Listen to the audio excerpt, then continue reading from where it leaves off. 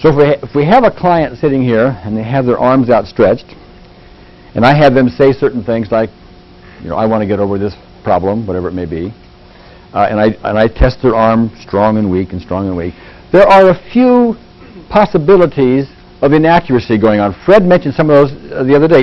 They may be pushing up like that, in which case they got more than one muscle going on that would get in the way of your accuracy.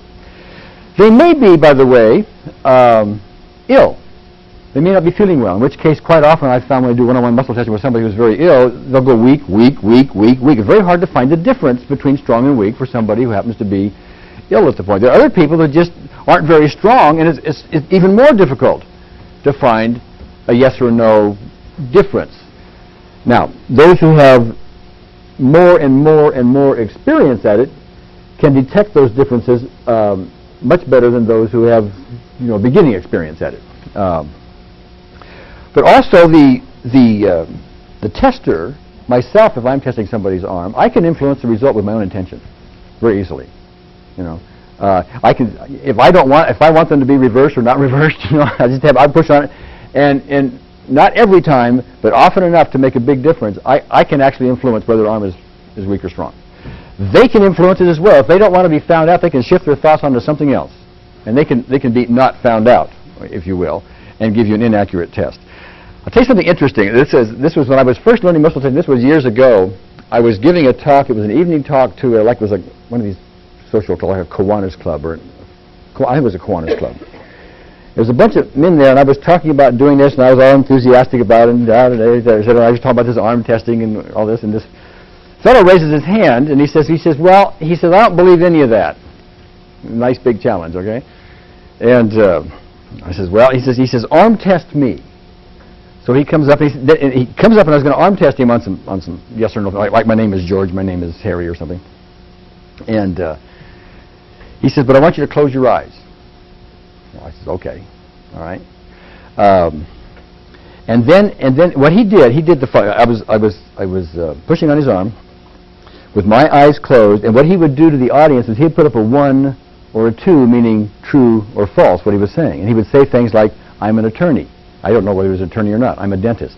I don't know whether he was a dentist or not, but I would test his arm, and I would get a strong or weak, and I would say what that was.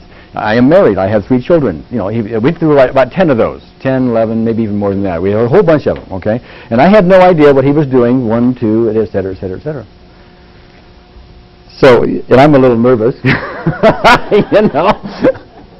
And so we finished, and he looked at me and says, you've got every single one of them wrong. And I looked at the audience, and they go, okay. Now, why did I get every single one of them wrong? Because he wanted me to? What?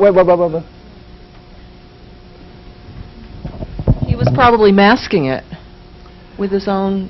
Well, maybe. I don't know what was going on. It's interesting that we had every single one of them wrong. Right. But couldn't he have been interfering with each of those? Like well, he may have been. He could have been... He may have been, or he may have been reversed, or I may have been reversed on the testing, one or the other. When he was holding his hand over your head, could that possibly have... Oh, possibly, but I think he was doing this. Okay. I'm not sure. Fred had a comment back here. So one way to think of it is not strong meaning yes and weak meaning no. It could be the other way around. It's just what is the yes signal, what is the no signal. Well, I set that up. Strong was yes and weak was no. You had already set that up. Yeah, we had set that up, yeah. Okay, but it's a perfect correlation. It's perfect. Yeah, it's perfect correlation. It's absolutely perfect. It was absolutely perfect, okay? Yet it was wrong, 100%. Yeah, which is pretty good. I what? I had a perfect score. Yeah. Now, if it was random, I would be more concerned. Sure. Okay. Yeah. But it was absolutely perfect in the wrong direction.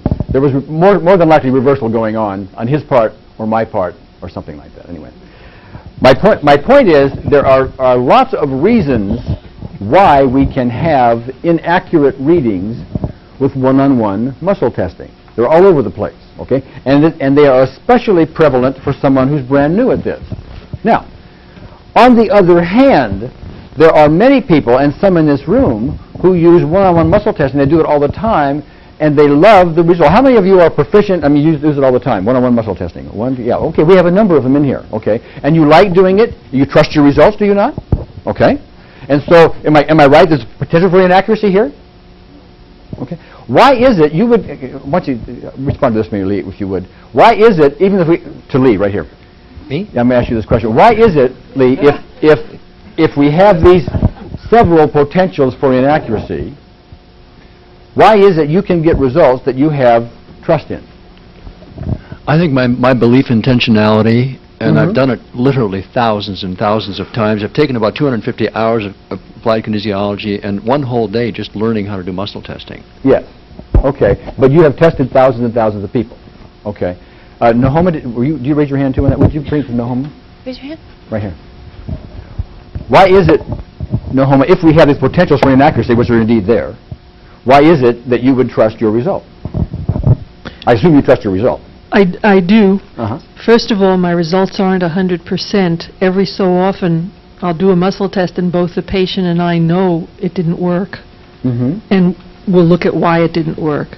But I trust the majority of the testing simply because the results that the testing leads to seem to work for the patient. So my trust comes from experience and experiencing the effect of the EFT that then flows from the muscle testing, or the NAET that flows from it, or whatever I'm doing. Mm-hmm. Mm-hmm. Otherwise, I wouldn't have any interest in muscle testing. I'm interested in results. I'm interested in them getting well. Sure. So a part of it is my intentionality, Yes.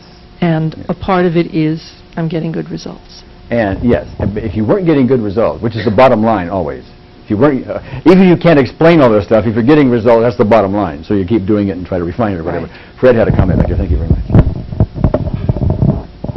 Now, one thing I agree with Nahoma, because it's all that muscle testing is a test. Okay, so it's an indicator of something, and then you want to check it out in reality. What does it lead to? Mm-hmm. But I think I get very accurate results with it because, for one thing, I don't set it up as being competitive with the patient. It's or the client, whatever you want to refer to. Would you the state that subject, phrase yes. again? I'm One not- thing, I don't find myself competitive with the patient. I'm not competitive. We're not in competition. And may I expand on that for a minute? Sure. Meaning you're in sync with the patient. The two of you are working together. You have a common goal. Yes. Okay. Okay, so Important point. if we're coming from that position, Mhm. and I explain that to them, I say, it's you and me together trying to figure out what your body has to tell us. With joint Yes, intentionality. joy and intentionality, okay? Right. And then, so if I can't tell, I look at them, I say, I couldn't quite tell then, could you? Let's try that again. Mhm. So I don't have any, there isn't any kind of, I'm the great tester and I'm going to figure this out, I know better than you. Sure. I don't care for that kind of position in relationship to testing. And you will be wrong from time to time. Sure, we will both be wrong in terms of figuring it out at times. Mhm. Okay, so it's a joint effort. Sure. Now then there's a lot of other things to take into account, like are there other variables intervening? If I'm trying to test somebody in front of an audience and people are making noise, that can interfere with the result. Mm-hmm. Is the person, like you said, fatigued? There can be, a variety of variables that can interfere. So you have to look at that. It's a very, very difficult thing to develop your skill at. It's not as easy as it appears. Mm-hmm. Okay, but it's still learnable. Of course, anybody can learn. Go ahead, Larry. As long as the mic is here, you get Ah. a chance. One thing I wanted to say is, when I first heard about arm testing, probably this has got to be true for a lot of people, it seemed very odd, and I wasn't sure really how much faith to put in any of it, because it was a system completely different from anything I had known before.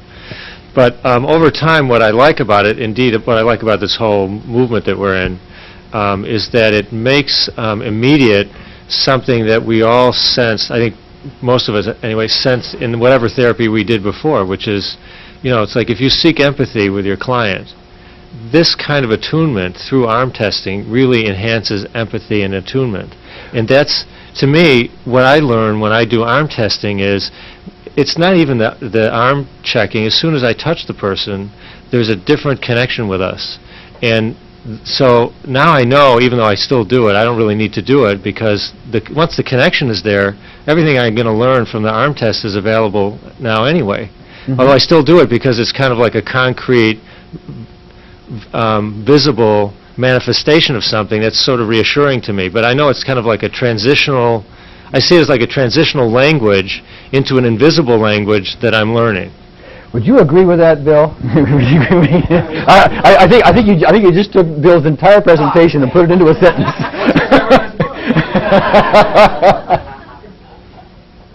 No, here, right here. Thanks. I just wanted to add that really the muscle testing is a dowsing response, if you like. And what a dowsing response is, it is your subconscious producing an action that creates manifestation in the direct forespace so that your conscious mind can see it and know what your subconscious is telling you. And when you have this interactive link with the individual, you don't need that, but it's always nice to have confirmation, bringing things from the unconscious level to the conscious level. And he just took my whole thing and put it in one sentence. You don't really need it. That's the whole point. You can do the whole thing intuitively, but these are steps towards getting there. We start, in my view, we start with one-on-one muscle testing. It has a lot of value to it. I'll get to more of that in a second. Then we go from there to surrogate muscle testing. Then we go to intuition, but it's all intuition to begin with. And you can this muscle testing, when it is accurate, and you have two people working together doing this, this is a marvelous way for two people to get rapport and work together and have one body's response, give messages to both. They work together, and off and on they go with joint intentionality. I will also suggest to you that if we have patient A here who has the fear of public speaking, for example, and I do some muscle testing and with alarm points and all the stuff you do and find out a sequence, and you have no idea what that sequence is because you're outside the room, and we don't do any tapping on this person, and you come in this room and you muscle test them yourself, you will come up with a different sequence. You may find them reversed, I may not. And that's because the two of you are working together with your intentionality, and you will find your own combination that's worked out in there in the ether someplace, which is where you're getting it. Ether, is that the right word? It's not perfect, but okay. It's a question so often of interpretation of the signals. Yes. Not just in getting them. Yes, correct. Okay. So anyway, one of the main points I want to make about one-on-one muscle testing is not that you don't do it or that it's inefficient. I think it's a marvelous tool for those who want to use it. I'm not suggesting anybody here who's proficient in that turn around and say, oh, I don't want to use that. I'm going to do something else instead. If the bottom line is, how are you doing with that patient? Rapport with your patient is probably as important as anything else. Here's a question from Bruce. How many people in here are familiar with ideomotor signaling? Okay. We're basically going to do that with surrogate muscle testing. That's another name for surrogate muscle testing. My question is, I'm wondering if given what you're saying, which I totally agree with, that muscle testing is a jointly intentional, it's a collaborative, I would term it a collaborative venture between you the tester, and the client. Okay? Except when, as Fred says, you are competing with him, and then you're going to get the wrong answers. Right. And Well, it's of not course, gonna work. if you're competing, then it's not a collaborative relationship. Sure. So, given that fact, I just want to throw out a thought. If it's a question and a thought, is muscle testing then similar to setting up ideomotor finger signals with a patient, yes and no, and I'm not ready to answer, and I don't know response fingers from the patient? And if it is, that was my question, and if it is, the second part is, could we in fact then find out what treatment points are indicated for that client by asking the client to touch the treatment points on the meridians while getting ideomotor signals from the client? In other words, could this be an easier way of doing it? I think there are people here who do that. Yes. Are there not? Do you do that, Jill? Would you want to give it? She doesn't want to talk. All right, that's all right. We have somebody, Bobby, here. Well, I want to mention one thing about muscle testing. It's a very precise science to it. A lot of times when you muscle test, your client will be dehydrated, and you will get false indications. And you first of all have to find out whether the person's dehydrated. The next thing is, a lot of times with even the way we touch the muscle, we can turn the muscle on or off for weakness and strength. And so it's a very precise science to really do it accurately. And when I use muscle testing a lot of times is basically if the client wants to see some proof, sometimes on a cognitive level they want to see, geez, where my answer's coming from, and I'll show them that I can turn their muscle on or off. I can make it weak or strong With regardless. your own intention. Right, by a physiological. Yeah. Okay, by feathering or pinching the muscle, I can turn, because it goes to the brain, Yeah. and so I can do that, so they can say, wow, maybe there is something. But it's very precise, and also people taxi the muscles. Once you taxi the muscles, some people are cranking down so hard, you do not have to crank hard to get a response. That once the taxing gets in the muscle, you're going to get false messages. So you have to move around and move different ones. But just by positioning a person or placing your hand on a certain way, you can change the muscle, the message. Sure. Okay. Where's Susan Curtis? Raise your hand. Would you give it to her a second? I think it was you and I that spoke on the phone, or even in Maine. Maybe it was Sandy. I'm not sure. But you have a chiropractor friend. If I recall it right, what they do when they want to find out what may be ailing the particular patient, they will run the finger down the spine by muscle test. Well, no, they'll surrogate muscle test themselves. This way, going down the spine, like, they've got a weak muscle. Something's wrong with the so-and-so area, and we've got to do something, right? I talked to him before I came, and he described exactly what he does. He takes two fingers together like this, and he takes his dominant hand and does this. And he focuses on each of the vertebrae in turn and asks them, are they out or in? And then he tests. And he just goes up the spine that way. But who else uses, go ahead, Stephanie? Well, I do the O-ring and pushing my index finger through to see, if it holds or not. But my favorite one is because all these years of meditation and sitting on a zafu, I do a half lotus with my leg up over and push on my knee. It gives me a nice time to stretch in session. Sure.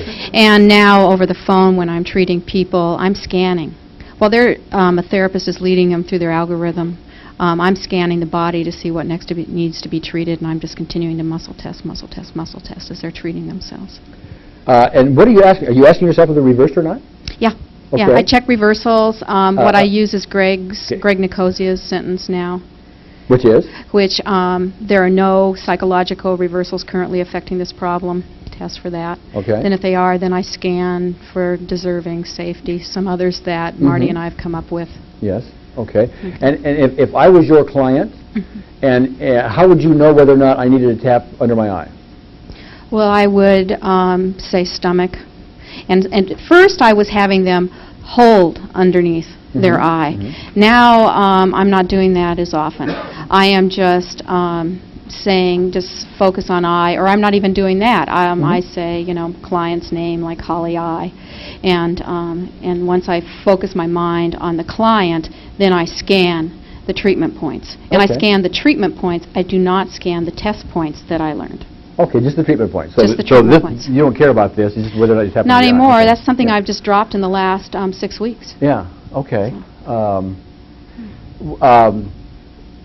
If I am your client, do I need to say anything, or you just No. do it? No, I don't need to say anything. you don't need to say anything. Okay. At first, you had to say something, I want to be over this problem. Or at first you have people say it? Yeah, like, I at want to be first, over this but it's problem. just like an evolutionary process for me. Now I'm having them drop that. Yes. And though I feel like I'm playing at the edge of it, like I'm pushing my learning edge and all of this, I'm just going with it. My intuition is kicking in heavy duty. Sure. And now it's just coming to me which points need to be tapped. It's coming to me kind of auditory, which is kind of strange. You're so wonderful. Do we have a camera on her? She's just so eloquent. That's just great.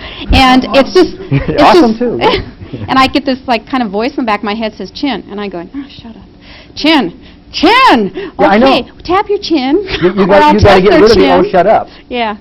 And That's dropping away. That's dropping away. Yeah. It's taken some time. It's taken some time. Notice Stephanie's evolution. It is my evolution, and it is the evolution many of you may have. Although, as we develop this, some of you may skip certain steps. It all depends on where you are and what you want to do, etc. But you started off as a muscle tester, a one-on-one muscle tester. And then you decided, well, gee, I could test myself in their behalf. You didn't have absolute confidence to begin with? But after a while, you would do it, and gee whiz, and now you are, and you had to use the voice at first. You know, you had to have people say things at first, and then you say, oh, well, I don't really need that, you know. And now you're just beginning to just intuit the whole thing. Yes, and I'm getting a strong physiological reaction. I can tell which point did it. What's your physiological reaction? Man, it's someplace between solar plexus and belly button, someplace in here. It's just like whoosh. Okay. Like a surge of energy, a dropping away of energy. It's like my feet go into the floor. It's like I plant. Okay, that's interesting because I don't get any of that. I just get an inkling, a notion, and I pay attention to it. Okay. Yes, he has hormones. Yeah. The other thing, but this is a very, very, very, very important point. Yeah, it's a very. One second, Marty. This is a very, very important point. Many people, in fact, I just had a couple calls from people from the last seminar, and they said, well, Gary, you know, it's more like, how do you do that? It's like they were looking for a gong, you know. It's like a voice from God, under the eye, stupid, you know, like that, okay? And it doesn't happen that way. It's like somebody wants to have, it's like, okay, now, should I tap the eyebrow? Orgasm? No orgasm. Okay, no orgasm. You know, like that, okay? It doesn't for some people, you get a strong sensation here. I don't. I just get a notion. I just sort of a knowing, and I pay attention to it. Okay, and it's different for different people. I suspect over time, and remember, I don't have clients streaming through my office. I don't have a chance to practice as other people do. Okay, behind you there with Will. I use my breathing almost exclusively. You use your breathing. Breathing, so that when my breathing constricts, then I sense a reversal, either in myself or in the client or both. Then a point will come to me, or even whether to use the tapping, or whether to use mental tapping, or as we call it, body drumming. And in time, what you will find with this technique, and one of the reasons that we're even doing this is because with this technique, and you start to develop points that are useful for tapping in a more elegant way, you will then begin to trust your intuition in other areas. Like, should I just have talk therapy this time with this client? Okay? Or is this a place for EMDR? And that'll sort of occur to you. Now, see, what's interesting is I don't know how to do EMDR at all. I am pretty good at NLP. And every once in a while, I'll get a little notion that says, well, you need to do a swish pattern. I don't do it very often, but I'll pay attention to it when it comes. Would you pass it back to Richard Kraftnick? You didn't raise your hand, Richard, but there's an input you have that I'd like to have, and that is you told me on the phone.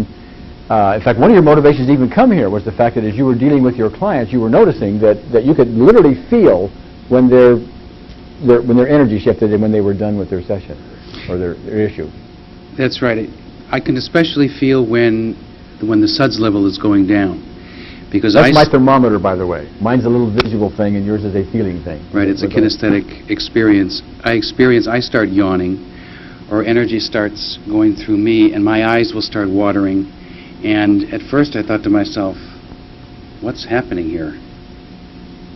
And gradually I just came to realize when it stopped, they were blocked. Mm-hmm. They got reversed, and there was no more progress made. So I've gradually come to see that when this starts happening in me, it's because their SUDS level is going down. And I haven't found anyone who has had this experience until a couple of months ago. And a gentleman who does dowsing in San Rafael, over in Marin, we were at a dinner together, and he started doing some dowsing. And in a very elegant kind of a way, he was holding his little thing, and he'd go... I said, what's going on there? And he said, well, he's from Germany, I'm yawning. This energy being released through me. I couldn't believe it. I just went up and hugged him.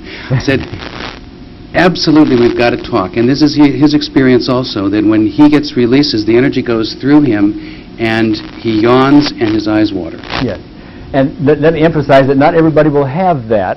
It's a matter of, but with this technique, we can start developing towards that, and you'll end up with your own sense of what works. Now, Larry, for example, does not suggest that. He gets this knowing. I mean, you mentioned that earlier. I get this little notional sense, if you would. But one of the points I want to make is as I was doing EFT over and over and over and over again, it was like things were going so much faster, and the client were getting the results so much faster than any of us were used to, I think, before some of these techniques came out. Just like right before your eyes. It was sort of like, by comparison to conventional therapies and this kind of thing, which took quite a bit longer and with questionable results. The longer ones was like watching a movie, one frame a month, like that, okay? Whereas this is watching it real time or even speed it up, like that. And then you get to see the whole picture. You get to see the whole movie unfold. You get an intuitive sense, if you will, that is difficult to get through these slower processes. And that's how this thing started to develop. And anyway, this is all background to what we're going to spend a little time on, but I still want to spend a little more time getting some more basic here. Here, for Larry, please. My experience is that I like doing the testing with just one hand, because you can do it so freely and under any kind of conditions, and you only need one hand to do it. So you can do it when you're driving or carrying something or whatever. So I find that to be a very good way to do it. When I first took the training from Roger in 1980 and some follow-up things and meetings and so on, I would talk to him about doing the muscle testing, and he would poo-poo it, saying it was unreliable and all that stuff. And I don't find that to be the case. With practice, it gets to be extremely reliable. And you use it very elegantly. And I use it all the time, just part of what I do. I would recommend that for all of you that you treat yourself for the psychological reversal about being able to do muscle testing. We're getting all this resistance, I still hear people saying they've got a lot of resistance, so there's something else going on. I'm not hearing much of that today. Okay, we dealt with that yesterday, as you recall. We did a session. And then you don't have to go through all of that, and nor do you have to do it with the client. Just go on and work with the problems.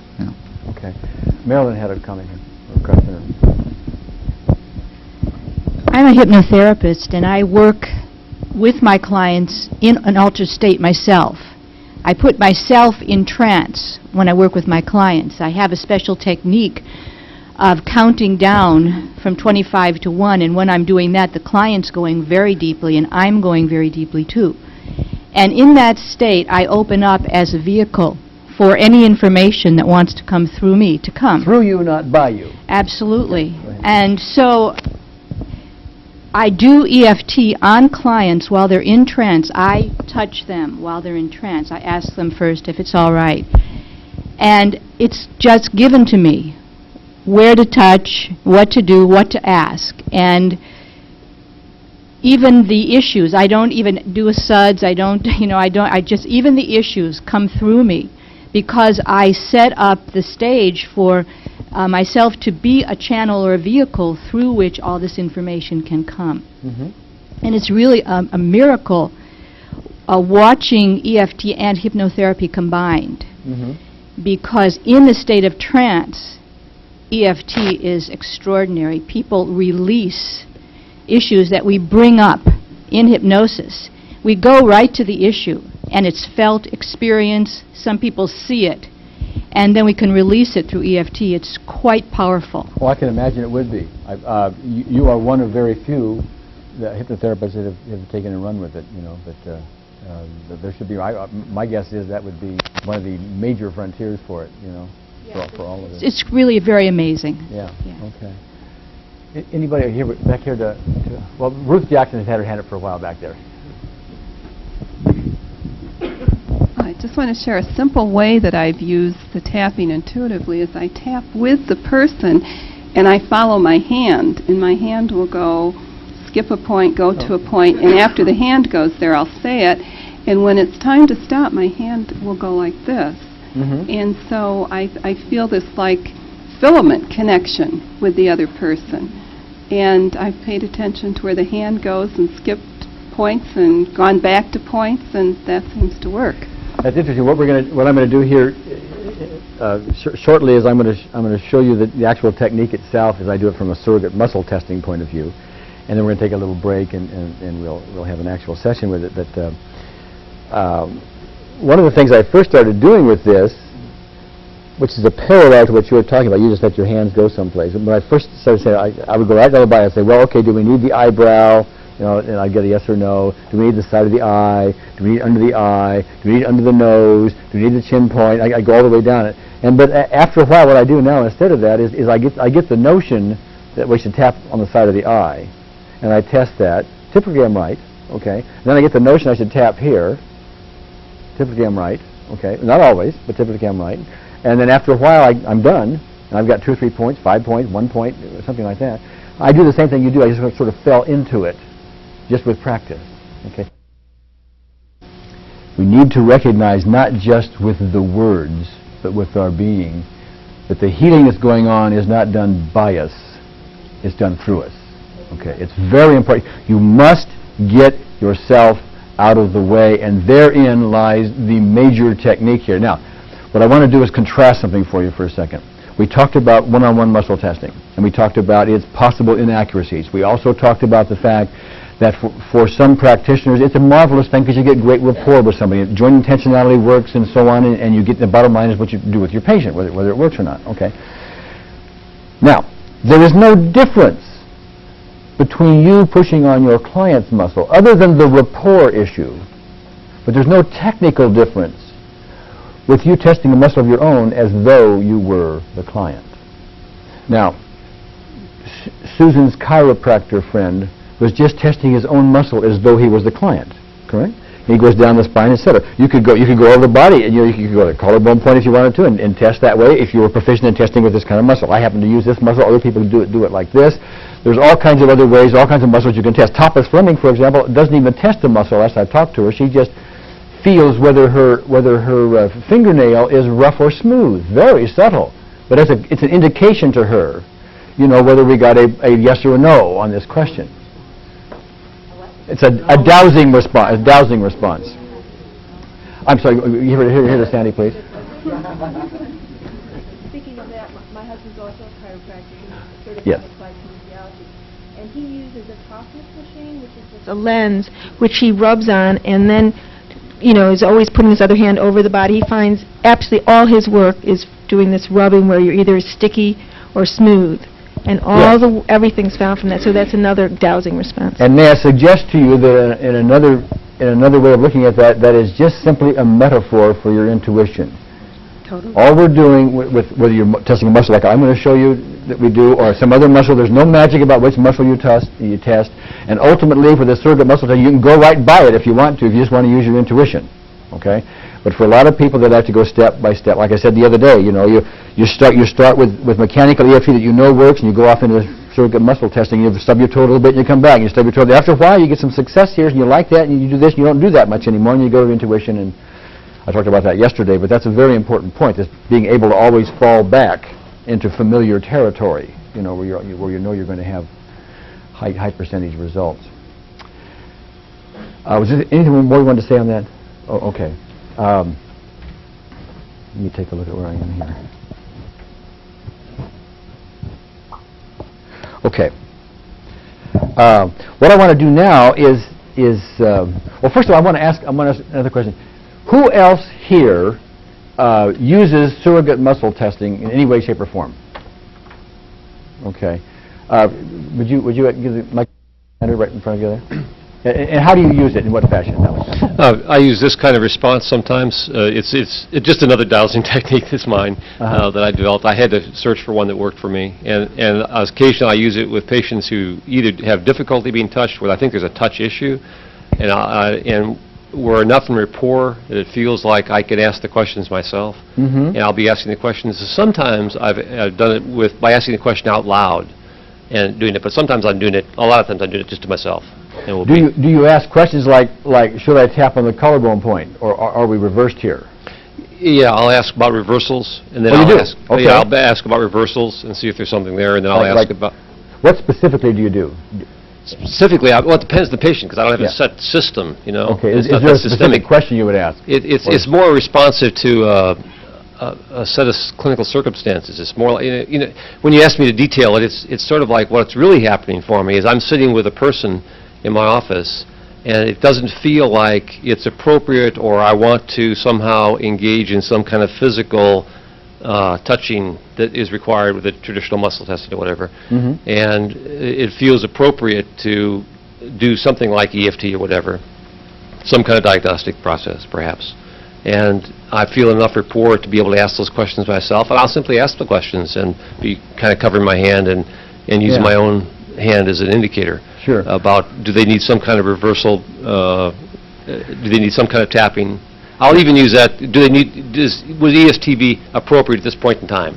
Yes. Things like that. Okay. And once you get really in touch with that and get more and more trust in your intuition, which this is a metaphor for your intuition, or what you were doing. Yeah. Once you get in touch with that, and when you ask questions like, what technique should I use here, you're going to start getting answers that are going to take you into ultimate therapist land. Because there are times maybe you shouldn't use EFT. You should just have talk therapy today for them, you know? Well, I know I usually get a couple things. I don't not only get information, I'll also get information about whether my information is accurate, whether I'm in rapport or not. Yeah. I'll know, there's a kind of knowing that resonates with some sort of deep place in the body about whether I'm in touch with that or not. And that's your intuition. You don't need a muscle testing. No, that's just a knowing. Lee, I think you said you use muscle testing. I use two different kinds of surrogate testing. One, I use simply the finger rub or the palm rub, and I've established my own signal for that, like a sticky response is yes, a smooth response is no. Sure. However, I've also had couples come in, or a mother and an infant or whatever, and I'll muscle test the person to become the surrogate and say, I'll ask permission. Is it okay for this permission for this entity to surrogate for so-and-so? Yes. Is it okay for that entity for this person to surrogate for them? Yes. Then I'll have them say, let's say the person's name was Mary, and the patient's name was George. I'll have them say, my name is George. They'll test strong. And my name is Mary. That's their own name, and they'll test weak. Then I'll do the treatment on the surrogate. And then I'll ask, is this treatment complete? If not, then I'll ask more questions as to which meridians. And once the treatment is complete, this surrogacy is over. My name is Mary. They'll test strong. My name is George. They'll test weak. My question to you, keep the microphone if you would. Why do you use a third-party surrogate? Why wouldn't you just use yourself? I can do that. See, I like communicating to the patients the idea that you can talk to your body. And that's really important. And I teach people how to do their own testing. Yes. So they can test to see if their collarbone breathing is out, if they're reversed or whatever. So I try to teach every person I work with how to test themselves.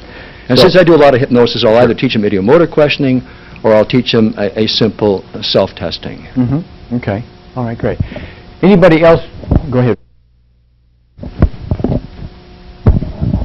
Well, I don't use surrogate testing, but all through the years before I learned EFT, I have always just told my clients that they know and asked them. And maybe it's an instantaneous trance, but I just will say something like, and I'm going to ask your unconscious a question, and I know you don't know the answer, so just relax and tell me what comes. And I'll say, especially some clients who I've worked a lot with, and they'll come in and I'll ask, what technique do we need to work today? And sometimes when I was working with a lot of Ericksonian stuff, at the end I would say, I'm asking your unconscious what percentage of this problem has been healed, and they would tell me. So I would ask all these things, and I've always gotten answers that seemed to work. So I'm just assuming then that I could do the same with EFT, right? Yes. I mean, Rad, because I have trouble with the testing. Why wouldn't you? I ask them. They know. It's the same intuition. Right. And it's the same thing. Once I just say, well, I know you know, then they accept that they know.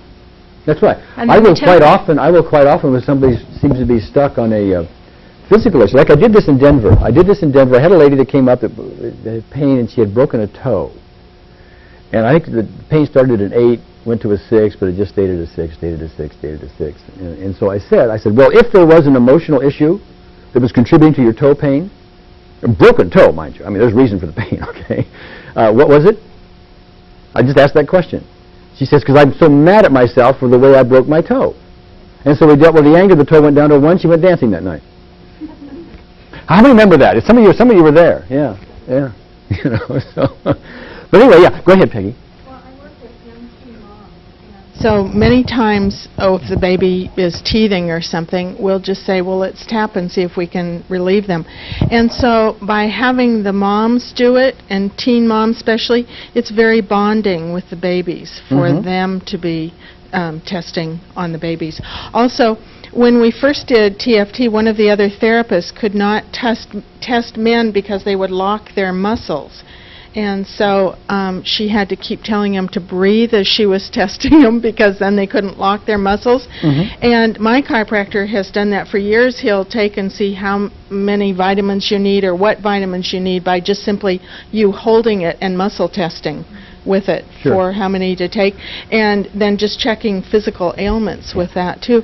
But my daughter-in-law's mother-in-law has to go with her husband because the chiropractor is not strong enough to muscle test him, and she surrogates through his wife because he doesn't believe in it. All right.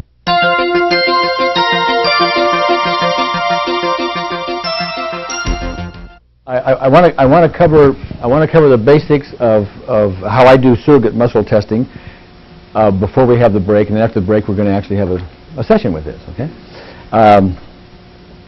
But anyway, I want to preamble this with the fact that what I'm going to show you is a way that I do it. It is not the way that it gets done. You can set up your own muscles any way you want to do it. You can set up your own question and answer system. You can use it for anything you want. You can use any kind of muscle you want. I happen to do this. The only reason I do this is because if you look at Roger Callahan's tapes, from whom I got most of my training, you'll see one of his tapes. He muscle tests himself two ways. One of the ways is to do this, you know, which is really tough on your back. You know, you either go. Well, I've never perfected this, but he would go something like I want to get over this problem. Okay, I don't want to get over this problem, and I made that up. You see a long and a short there. Okay, and so that was a way he would do it, but that's tough on the back. Okay, so you'll see. I think it's on this one of his phobia tapes, I think. But anyway, he shows doing this. Okay, what you're doing, you're testing a muscle. I don't even know which muscle it is back there, and frankly, it doesn't even matter to me, because when I first started doing this, I would say to myself, well, okay, let me test a muscle. And I was very, very concerned about doing it right. So I mean, I didn't want to like test this muscle that I was watching him do, and I want to make sure I wasn't testing the muscles in my knees and my ankles and every place else. And I was standing up, and what I would do is I would go like that, okay? And I would try to find a difference. I'd say, my name is Gary. Okay. My name is George. Oh, but I just got a difference right there, okay? But at first, I wouldn't get any difference at all. My name is Gary, and then I would say. I had all these doubts about it, okay? So I'm going to self-test myself. And when you have doubts, another word for that is psychological reversal, right? And so am I going to get a result, a difference? Probably not, and I didn't. I mean, oh, this doesn't work, this doesn't work. You know, Roger says it worked, but it doesn't work, you know.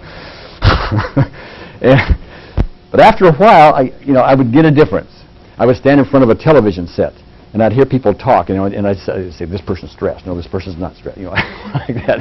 And that's just a way for me to practice. After a while, I began to develop a kind of a sense for this. I began to say, it wasn't perfect. I wasn't always trusting my result because I was new at it. I hadn't developed the neural connections, if you will, or whatever you need to develop this. That I was in the process of developing them. But after a while, I would do that, and then I got to say, well, this kind of bothers my back, you know, twisting all that way, you know, and keeping my legs absolutely straight and all of that. So I thought, well, I can just see if I can do it just sitting down, you know. So I go, okay, well, that's better on my back, you know, like that. I'd do that, you know, and so I would do that, and then after a while, I go like this, you know. And what I do now is I just do this, okay. Because it's very subtle. I just, you know, it's very subtle. It's just like somebody rubbing, you know, their fingertips and getting smooth or rough. Okay, it's very subtle. I just, you know, I have to explain to the patients, by the way, because they're sitting across from me going like this, you know. I said, what I'm doing, I'm testing my muscle as though I'm you. Oh yeah, that's interesting, you know. I said, I can hear the side of your eye, you know, the eyebrow, you know. So it gets kind of strange.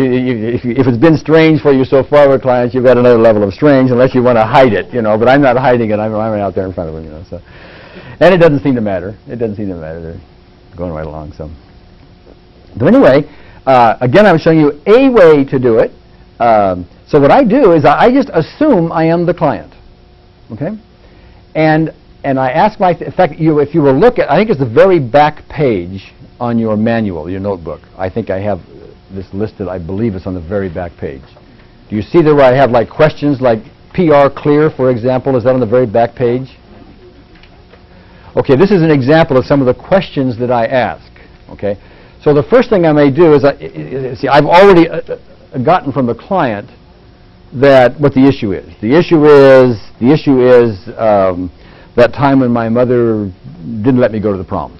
Okay, and they have anger about that. Okay, and so I've talked to the client. We know what the issue is, and I'll just say to myself, as though I'm the client, is PR clear? And if I go long to me, I've set it up. Long to me means yeah, PR's clear. Okay, no PR here. Psychological reversal. So, okay. And then then what I'll do is I will just ask myself about the various points. Where should we tap? Eyebrow clear? Eyebrows clear mean we don't even need to tap on it. Okay. Side of the eye clear? Oh, came up short. You got to tap. That means something to do.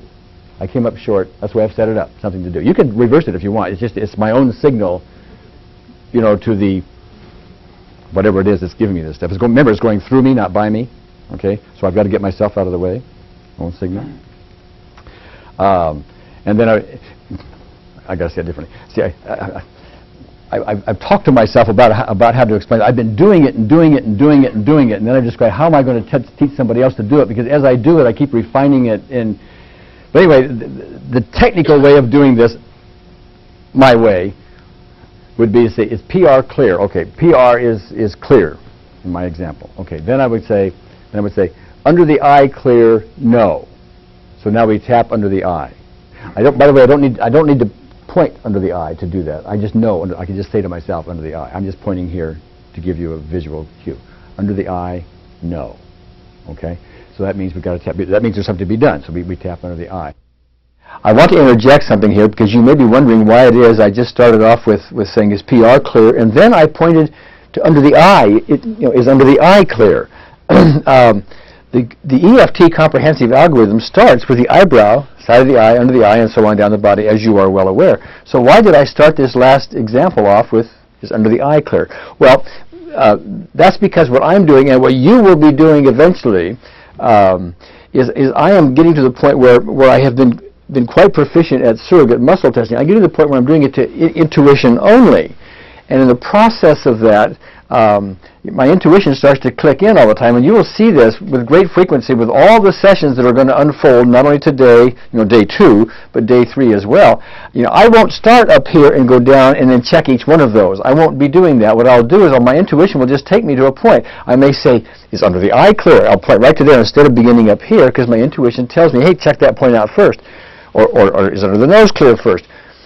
I will do that, and I'm right quite often. I mean, I'm right the vast majority of the time, and so that just saves me time.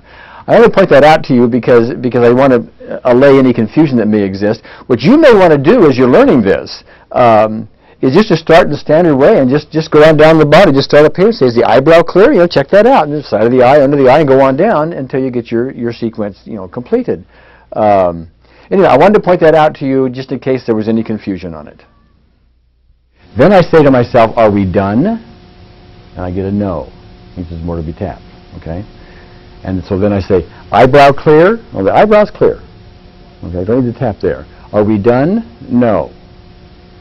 Under the nose clear? Oh, not clear. Not clear. We need to tap under the nose. Okay?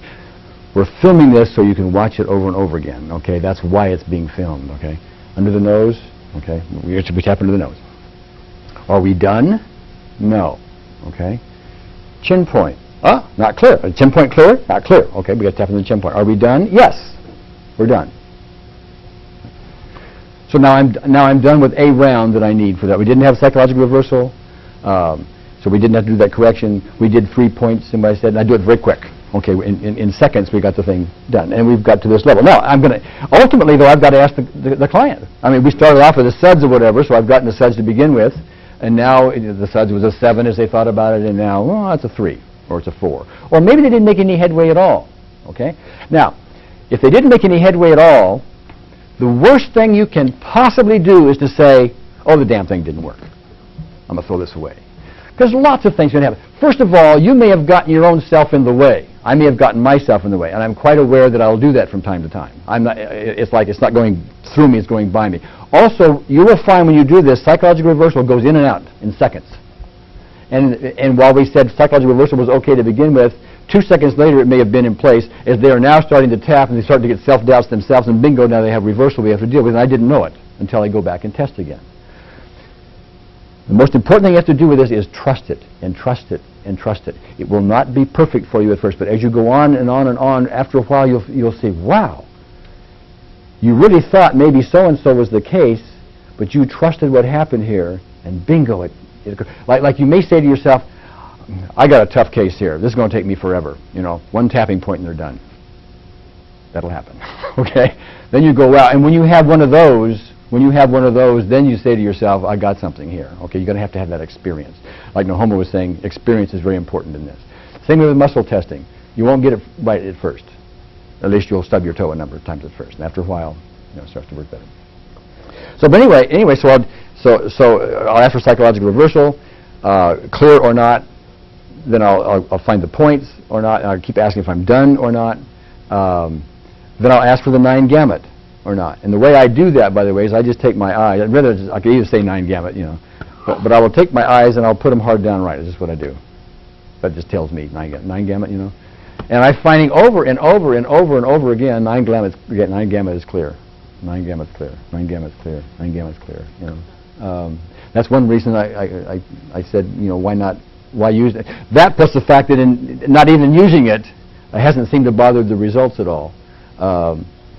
That's the reason why I say, well, why bother with 9 gamut? Okay, but I still check for it. Okay, and if I get it, then we're going to do 9 gamut. Okay. Yes. Back here to Bruce, please. One question. Are you tapping for the client? No. No. They could be on the telephone while I'm doing this, or they could be sitting in front of me. Now, there are times when I think I should tap for the client. They may be having some emotional issue or something like that, and what I'd rather do is take the time to have them start doing all this. I'll just go right over to them. This is the way I do it, and I'll just fall back, if you will, to mechanical EFT. I'll put my hand on their back. I'm hugging them in a way. And I'm tapping on the various places. I'll even be talking to them. Even though we have this emotion, it's okay. We can let this thing go. So I'm tapping, and that'll bring them down typically. Are you tapping on yourself, surrogate tapping on yourself for the client? No. No. Like if you're treating somebody on the phone that maybe isn't able to tap, could you get results? I have not done that, but I will tell you, I am not about to say to myself, I couldn't do that. That would just be a limit on the process. I've never done it, so I don't have experience with it, but my guess is, yes, you could do it. I think you need their permission to do it, or you're not going to make much headway. Okay?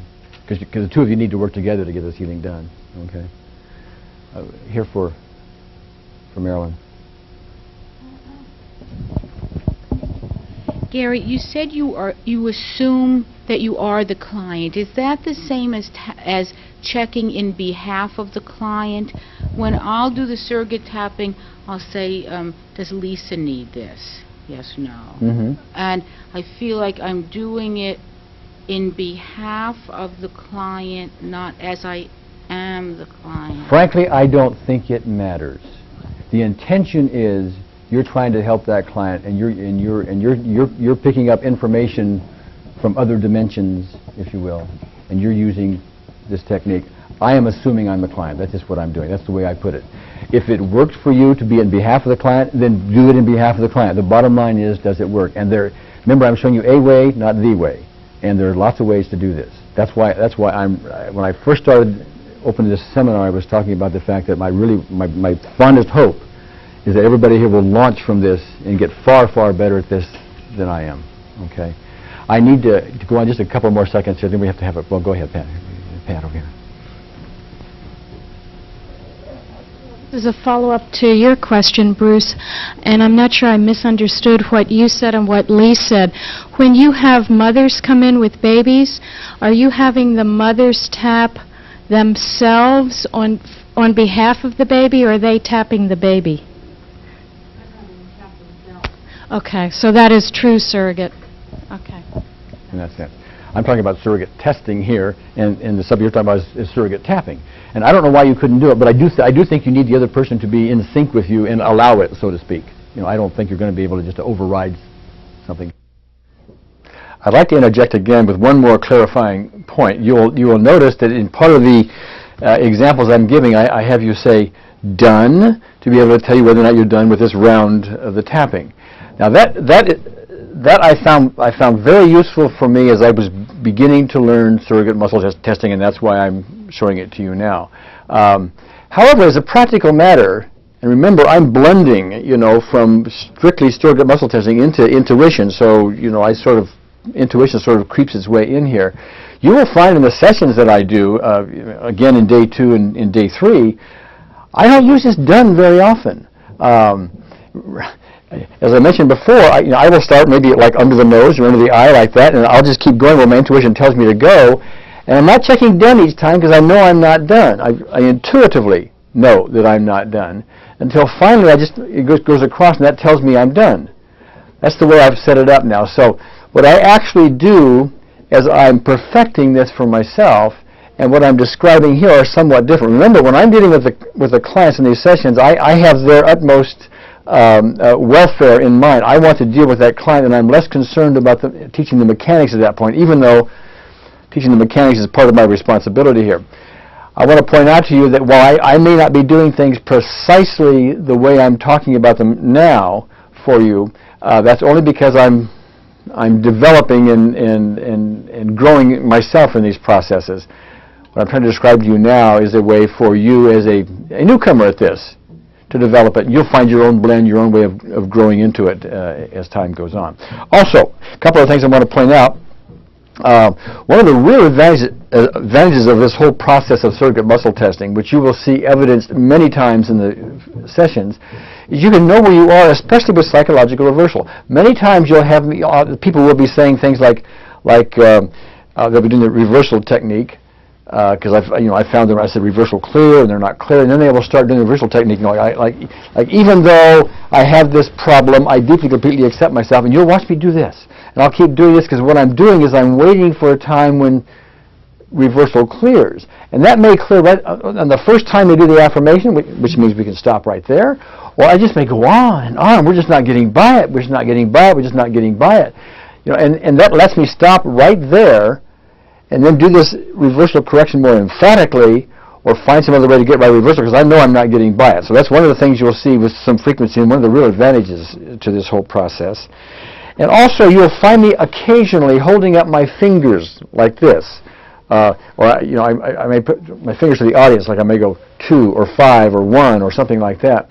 And what I'm doing there is I'm letting the audience know what my thermometer is telling me. I'm actually seeing a thermometer in my mind's eye that is got some red liquid in it, and if it's very high, it's a 10, and if it's down at the bottom, it's a 0 or 1, and I'm giving an estimate of it. And quite often, you'll notice I'm very close. Now, I may say a 2, and they may say a 3 or a 4, for example.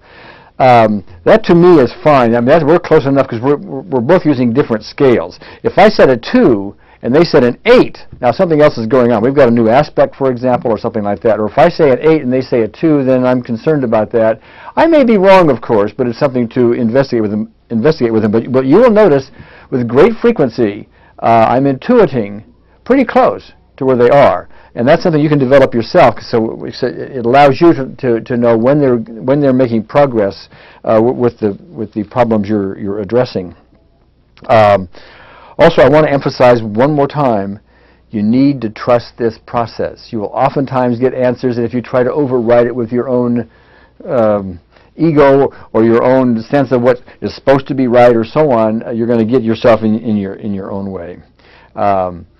You need practice with this, and you need to develop what we're calling the neural connections to make this work for you. It's just like being an athlete and shooting free throws, for example, in basketball. You need to develop these neural connections, so you know how to do this over and over and over again. The same thing with your intuition and your surrogate muscle testing. You develop neural connections by practice.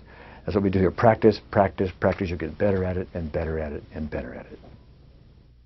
Also, just before the break, I want to cover one other thing, and then we're going to have an actual thing. Actually, Tom Sandoz is going to come up, who has a fear of public speaking or stage fright, right? So, not a big one, but get over that. Yeah. But see, I announced this because I want you to get real nervous all during the break, okay? And later on, we're going to do some work as though we were on. What's that? This will be an expensive session. Yeah.